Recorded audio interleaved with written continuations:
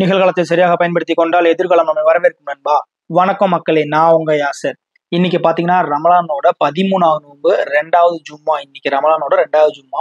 நம்ம வீட்டுல இன்னைக்கு என்ன சகுரு சாப்பாடுன்னு பாத்தீங்கன்னா தக்காளி கடைசொல்னு சொல்லுவாங்க, சில பக்கம் தக்காளி பச்சின்னு சொல்லுவாங்க. ஒயிட் ரைஸ், தயிர், கடிச்சிக்க முறுக்கு, அப்புறம் பாத்தீங்கன்னா லெமன் ஊறுகாய் தான் சாப்பிட்டு இப்ப நம்ம சகரோட நீயத் சொல்லிட்டு நம்ம உட்காந்துருக்கோம். ஃபஜ்ருக்கு பாத்தீங்கன்னா இன்னும் ஒரு 5 நிமிஷம் இருக்கு டைமிங். இன்னைக்கான பயான் என்னங்கிறத வாங்க வீடியோக்குள்ள போய் பார்ப்போம். அல்லாஹ்வுடைய மாபெரும் கிருபையினாலும் அருமை நாயகம் ரசூலுல்லாஹி ஸல்லல்லாஹு அலைஹி வஸல்லம் அவர்களின் துஆ பரக்கத்தால் 11 தராவைகளை முடித்துவிட்டு 11வது நோன்பை வைத்த நிலைகளில் அமர்ந்திருக்கின்றோம். அல்ஹம்துலில்லாஹ். அல்லாஹ்வுடைய ரஹ்மத் என்னும் சொல்லுகின்ற 10 நாட்கள் முடிவு பெற்று அல்லாஹ்வின் மக்ஃபிரத் என்கின்ற பாவ மன்னிப்பு தேடப்படுகின்ற 2வது பத்தினுடைய முதல் நாள்.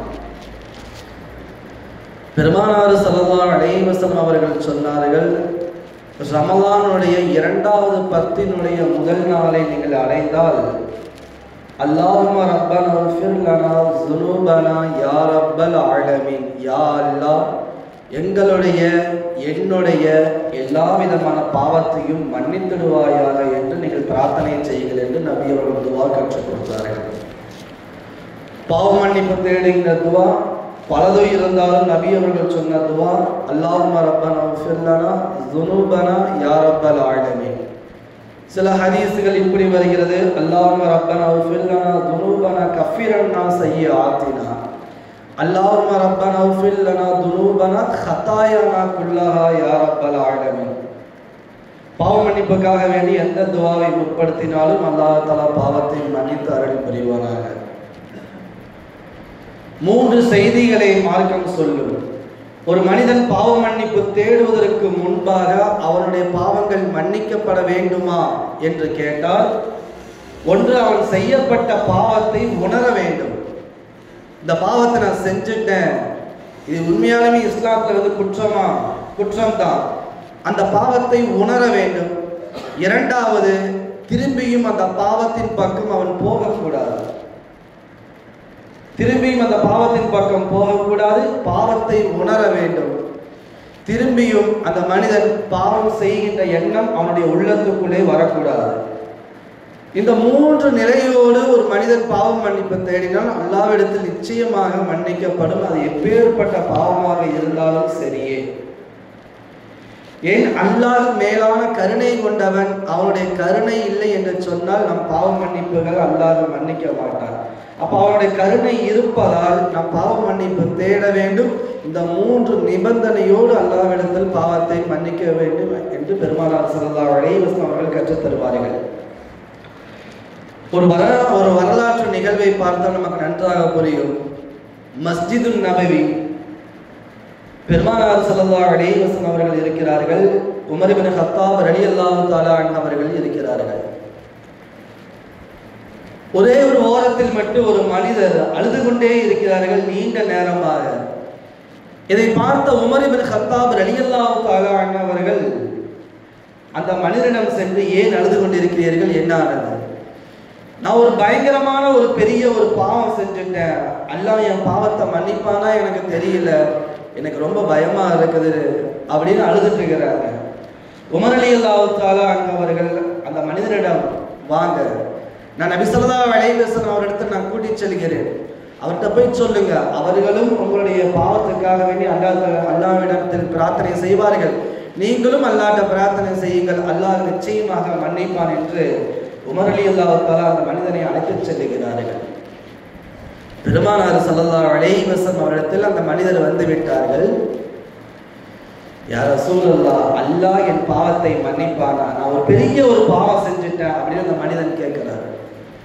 அப்படி நபி அவர்கள் சொன்னார்கள், வானம் பெரியதா பூமி பெரியதா, உன் பாவம் பெரியதா? இதை 2லும் காட்டிலும் என் பாவம் தான் பெரியது. இந்த உலகம் பெரியதா உன் பாவம் பெரியதா? என் பாவம் தான் பெரியது.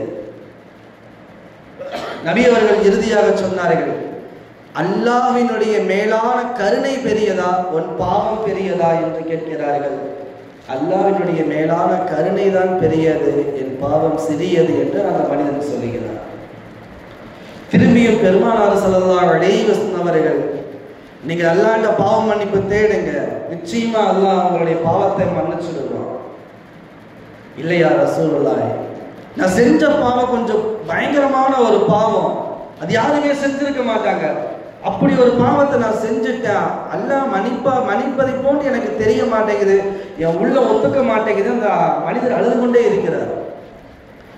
சரி, நீங்க அப்படி என்னதான் பாவம் செஞ்சீங்க, அதாவது சொல்லுங்க, நான் உங்களுக்கு துவா சொல்லி தரேன், அல்லாஹ்ட்ட கேளுங்க. யா ரசூலல்லாஹ், நான் மிகப்பெரிய ஒரு திருடன், நான் மிகப்பெரிய ஒரு திருடன் தானே, அல்லாஹ் மன்னிச்சிடுவான். நீங்க நினைக்கிற மாதிரி சாதாரண திருடன் இல்லை, பெரிய திருடன், என்னை போல் திருடன் இந்த உலகத்தில் இருக்க மாட்டான், அப்படி ஒரு திருடன். அப்படி என்னத்தை நீங்க திருடிட்டீங்க? என்னுடைய திருட்டு வேலை என்ன தெரியுமா? ஒரு ஊர்ல ஒரு மையத்தை விழுந்துரும், மௌத்தா போன ஜனாசாவுக்கு கஃன் துணி கட்டிடுவாங்க, ஊர் மக்கள் எல்லாம் சேர்ந்து போய் ஜனாசாவாக கொண்டு போய் குழி தோண்டி உள்ளே வைத்துட்டு வந்துடுவாங்க. நான் யாருக்கும் தெரியாம நைட்டோடு நைட்டா போய் அந்த குழியை பறிச்சு அந்த கஃன் துணியை அப்படி நான் உருகிட்டு வந்து வித்துடுவேன். இதுதான் நான் திருடக்கூடிய பொழப்பு. இப்படித்தான் நான் போயிட்டு இருந்துச்சு. ஆனா ஒரே ஒரு நாள் நான் இந்த கஃன் துணியை கழட்டலாம்னு கழட்டிட்டு வரேன், கழட்டிட்டு பார்க்குற ஒரு பெண்ணுடைய உடல், ஒரு வயசு பிள்ளையோட உடலை நான் பார்க்குறேன். எனக்கு அந்த பொண்ணோடு சேர்ந்துங்கிற ஒரு ஆசை ஏற்பட்டு விட்டது. அந்த மையத்தோடு நான் சேர்ந்து விட்டேன் என்று அந்த மனிதன் சொல்லுகிறார்.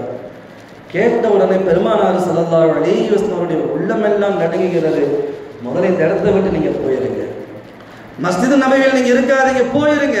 இப்படிப்பட்ட நபருக்கெல்லாம் அல்லாஹ் பாவத்தை மன்னிக்க மாட்டாங்கிற அளவுக்கு நபி அவர்கள் கொஞ்சம் கடினமாக வார்த்தைகளை பேசுகிறார்கள்.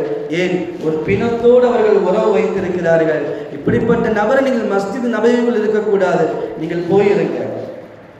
திரும்பி அந்த மனிதன் நடந்த நிகழ்வை எப்படி சொல்லிக்கிட்டே வராரு. அந்த மாதிரி நேரத்துல மையத்து உள்ள படுத்து இருக்குது. நான் இந்த மாதிரி அந்த பெண்ணை நான் என்ன செஞ்சுட்டேன், நஜீஸ் ஆக்கிட்டேன்.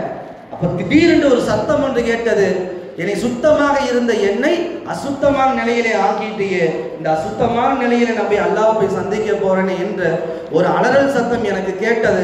நான் உடனே அங்கே இருந்து எந்திரிச்சு நான் வெளியே ஓடி வந்துட்டேன். யா ரசூலுல்லாஹ், பெருமானார், நீ பள்ளியில இருக்காதீங்க, முதல்ல நீங்க போயிருங்க என்று சொல்லிக் கொண்டு இருக்கின்ற நேரத்திலே வானத்திலிருந்து வானவர் தலைவர் ஜிப்ரீல் அலைஹிஸ்ஸலாம் அவர்கள் வந்து விட்டார்கள். யா ரசூலுல்லாஹ், அல்லாஹ் மேலான கருணை கொண்டவன், அவன் அல்லாஹ்வா நீங்க அல்லாஹ்வா? அவன் தான் அல்லாஹ். அவன் மன்னிக்க கூடியவனா, நீங்க மன்னிக்க கூடியவனா? இல்ல, அல்லாஹ் தான் மன்னிக்க கூடியவன். ஒரு மனிதன் தவறை உணர்ந்து அவன் பாவ மன்னிப்பு தேடுகின்ற போது அல்லாஹ் நிச்சயமாக மன்னித்து விடுவான். அது எவ்வளவு பெரிய பாவமாக இருந்தாலும் சரியே, நபியை நீங்கள் அவர்கள் என்ன செய்ய வேண்டாம், நெருக்க வேண்டாம், அவரை நீங்கள் துரத்த வேண்டாம். அவருக்காக நீங்களும் பிரார்த்தனை செய்யுங்கள், அவரும் பிரார்த்தனை செய்யட்டும். அவர் செய்த தவறு என்ன என்று அவர்கள் உணர்ந்து விட்டார்கள். அதற்காக வேண்டிய அல்லாஹ் அவருடைய பாவத்தை மன்னித்து விட்டான் என்று தலைவர் ஜிப்ரீல் அலைஹிஸ்ஸலாம் அவர்கள் சொல்லுவார்கள். சமூகத்தில் எவ்வளவு பெரிய பாவமாக இருந்தாலும் இரு கரங்கள் ஏந்தி இனிமேல் அந்த பாவத்தை செய்ய மாட்டேன் என்று இது சொட்டுகள் விட்டு அல்லாஹ்விடத்தில் பிரார்த்தனை செய்தால் அல்லாஹ் எல்லாருடைய பாவத்தையும் மன்னித்து விடுவார். அதனாலதான் அல்லாஹ் ரமலானுடைய முதல் 10 ரஹமத்துடைய 10ஆக வைத்தான். ஏன்? அவருடைய மேலான கருணை என்ன என்பதை விளங்கி கொண்டால் மட்டும்தான் மௌஃபிரத்தை கேட்பதற்கு இலகுவாக இருக்கும் என்பதற்காக வேண்டி. அல்லாஹ் அஸ்தக்ஃபிருல்லாஹ், யா அல்லாஹ் என்னுடைய பாவத்தை மன்னித்து விடுவாயாக, ஜுனூபி நான் செய்யப்பட்ட எல்லா விதமான பாவத்தையும் மன்னித்து விடுவாயாக, வகுல்லின் ஹதாயா நான் செய்யப்பட்ட அனைத்து சிறு பெரு பாவத்தையும் நீ மன்னித்து விடுவாயாக என்று பெருமானார் ஸல்லல்லாஹு அலைஹி வஸல்லம் அவர்கள் ஒவ்வொரு நேர தொழுகைக்கு பின்பு பிரார்த்தனை செய்தார்கள். அல்லாஹ் பாவ மன்னிப்பு தேடக்கூடிய வாசகத்திலே பிரபலியமான ஒரு வாசகத்தை அல்லாஹ் பயன்படுத்துவார். இந்த வாசகம் ஒட்டுமொத்த சமூகத்திற்கு வந்த எல்லா நபிமார்களும் கேட்ட ஒரு பிரார்த்தனை, அல்லாஹும்ம ரப்பனா லலம்னா அன்ஃபுஸனா வ இல்லம் தக்ஃபிர் லனா துனூபனா யா ரப்பல் ஆலமீன். யா அல்லாஹ், எங்களுடைய நஃப்ஸுகளுக்கு, ஆத்மாக்களுக்கு, எங்களுக்கு நாங்களே செய்யப்பட்ட அநியாயமான பாவங்களை விட்டு எங்களை பாதுகாப்பாயாக, எங்களை நீ மன்னித்து விடுவாயாக என்று ஆதம் நபி முதல் தொட்டு இறுதி நபி வரைக்கும் பெருமானார் வரைக்கும் எல்லா நபிமாரும் கேட்ட துவாவை அல்லாஹ் குர்ஆனிலே பதிவு செய்திருக்கின்றார். பாவ மன்னிப்புக்குரிய இந்த 10 நாட்களும் அல்லாஹ்விடத்தில் மன்றாடி நாம் பாவமில்லாத ஒரு மனிதர்களாக மாறுவதற்கு வல்லோன் அல்லாஹ் தஆலா அருள் புரிவானாக. வாஹிரு தவானா